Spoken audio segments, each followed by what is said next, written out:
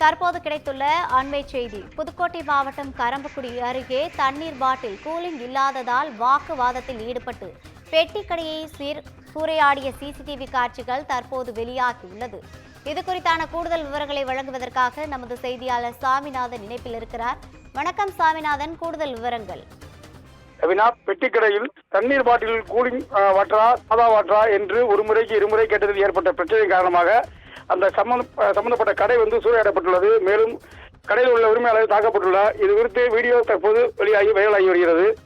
புதுக்கோட்டை மாவட்டம் கரம்பக்குடி அருகே உள்ள சுக்கிரமேடு கிராமத்தில் தேவதாஸ் என்பவர் பெட்டி கடை நடத்தி வரக்கூடிய நிலையில் அவரது கடையில் தேவதாசின் சித்தப்பா கலியபெருமாள் வயது 78 அவர் இருந்துள்ளார். அப்போது அவ்வழியாக காரில் வந்த 3 பேரில் ஒருவர் தண்ணீர் பாட்டில் கேட்டுள்ளார்.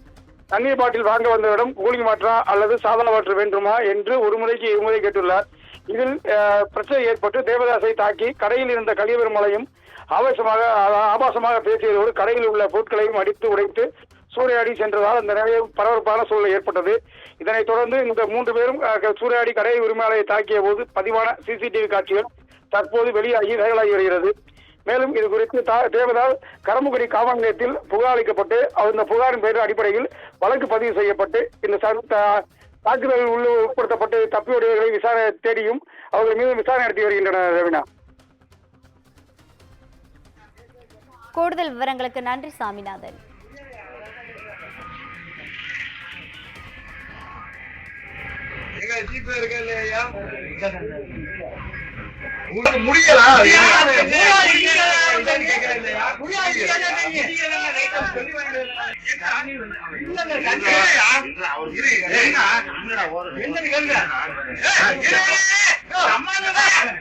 அம்மா